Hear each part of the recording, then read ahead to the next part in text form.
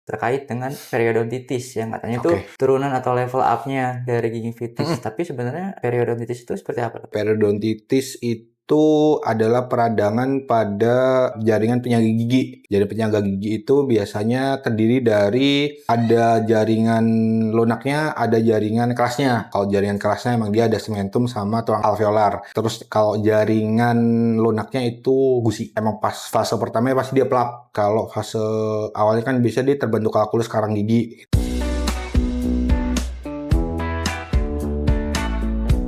Halo Sobat Pandawa, kembali lagi dengan saya Aditya Ananda di podcast Tanya Dok. Di podcast ini kita akan membahas berbagai permasalahan, berbagai topik, berbagai treatment terkait dengan kesehatan gigi dan mulut, estetika dan anti-aging, dan juga penyakit kulit dan kelamin. Dan di episode kali ini yang akan kita bahas itu terkait dengan kesehatan gigi dan mulut, yang dimana kita akan membahas mengenai periodontitis. Jadi kalau di episode sebelumnya kita membahas tentang gingivitis, dan ini adalah level up dari gingivitis itu sendiri. Dan tentunya saya tidak akan sendirian untuk bahas periodontitis. Saya akan ditemani oleh dokter kami, yaitu Dokter Reza. Halo Ya. Dok. Halo, Apa Mas. kabar Dok? Amin. Alhamdulillah. Baik ya. Baik. Amin. Sekarang kita bahas yang kalau minggu lalu kan kita bahas Gingivitis. mengenai gingivitis. Dan Benar. ini terkait dengan periodontitis yang katanya itu Oke. turunan atau level up-nya dari gingivitis. Tapi sebenarnya yang bisa diketahui secara medisnya, periodontitis itu seperti apa Dok? Oke, periodontitis itu adalah peradangan pada atau peradangan sakit pembengkakan, pokoknya masalah pada jaringan penyangga gigi gitu Mas dia. Jadi penyangga gigi itu biasanya terdiri dari ada jaringan lunaknya, ada jaringan kerasnya gitu. Kalau jaringan kerasnya emang dia ada sementum sama tulang alveolar. Terus kalau jaringan lunaknya itu gusi.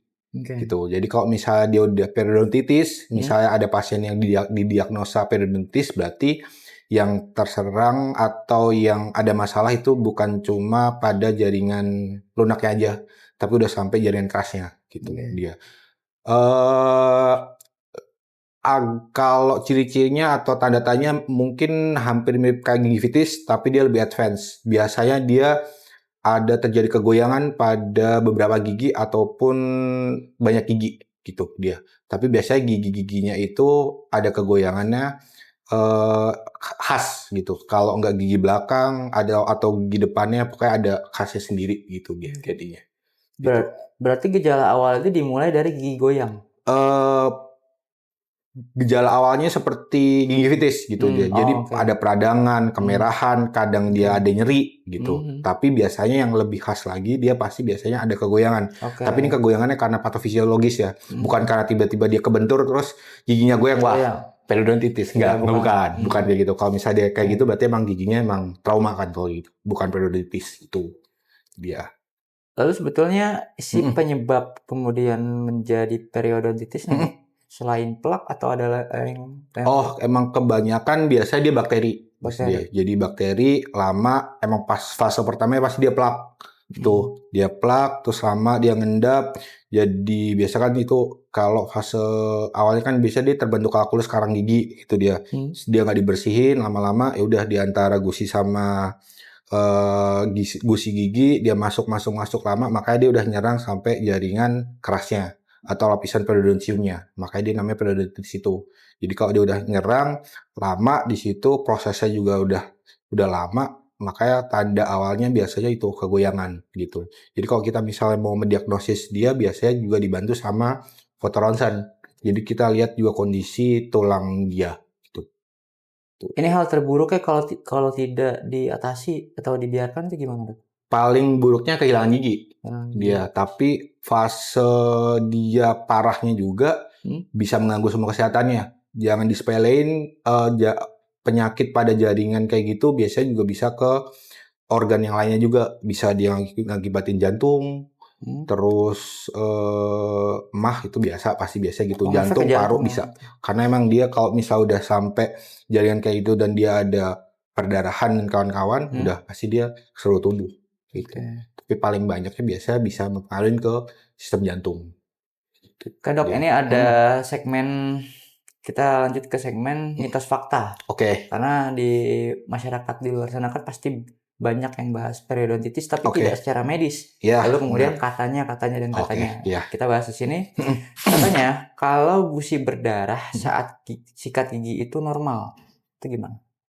Mitos atau fakta? Sikat gigi berdarah Ya, itu normal. bisa normal. Jadi fakta sih. Fakta normal. Fakta. Itu kenapa? Bisa karena emang dia nyikatnya mungkin balik lagi sih Mas, dia antara cara nyikat giginya emang apa atau kondisinya gitu. Kalau misalnya jaringannya dia nggak apa-apa tapi cara nyikat giginya salah, berdarah juga sama. Tapi kalau misalnya cara nyikat giginya bener tapi jaringannya juga emang ada peradangan, bisa berdarah juga. Jadi emang sebenarnya agak lumayan tricky tuh milihnya karena emang dia ini berdarah bener-bener gara-gara jaringannya atau Caranya dia salah. nah itu dia bisa, makanya dia bisa gitu. Mungkin saya bilangnya fakta kayak gitu, mungkin jadi ngelihat dari kedua sisi itu. Oke, ini poin kedua. Katanya periodontitis itu cuma dialami oleh orang tua. Mitos atau fakta? Mitos. Anak kecil atau anak orang muda pun juga bisa ngalamin gitu. Tergantung tingkat higienis mulutnya dia juga. Kalau dari dia mulai dari kecil udah nggak dibiasain cara nyikat gigi, cara bersihin mulutnya, lama-kelamaan dia di usia dini pun bisa kena periodontitis. Oke. Nah, ini ada lagi. Kalau sudah periodontitis, gigi pasti copot. Itu gimana? Mitos fakta? Mitos. Sedini mungkin kalau dia udah tahu, masih bisa ditanganin, masih bisa diselamatin. Oke. Ini terakhir ya. Pembersihan karang gigi bisa mencegah periodontitis. Itu gimana? Fakta banget. Salah satu treatment paling awalnya biasanya gitu Mas dia. Kita kalau misalnya ini mungkin ada gejalanya, kita ada karangnya numpuk, kita bersihin habis itu kita prop. Jadi prop itu kita probing, jadi pakai alat prop, kita lihat dulu tuh kedalaman dia ada pocketnya apa enggak. Nah itu pocketnya tuh biasanya juga nentuin tuh dia periodontitisnya udah sampai separah mana dan sampai mana gitu. Pocket tuh gimana dok? Pocket tuh jadi antara ini nggak kelihatan sih. Jadi di antara gigi sama gusi itu nanti kan dia kalau misalnya ada karang gigi, nah itu kan jadi ada celahnya masih gitu. Nah kita nanti ukur di situ kedalamannya udah sampai berapa. Kita probing di situ. Jadi kita lihat ini dalamnya pocketnya udah seberapa. Ini beneran pocket atau pocketnya pocket palsu gitu dia. Jadi emang dia karena peradangan jadinya dia kayak dalam padahal enggak gitu. Jadi emang ada tindakan medisnya buat nentuin ini bener apa enggak ya gitu di situ. Berarti tadi treatmentnya scaling. Scaling. Pertama pasti dia scaling. Habis itu kita lihat juga dia periodontisnya udah sampai mana. Kan periodontis itu emang ada standarnya juga Mas dia. Ada tingkatannya dari yang rendah sampai yang agresif. Kayaknya terakhir dok sebelum kita tutup episodenya.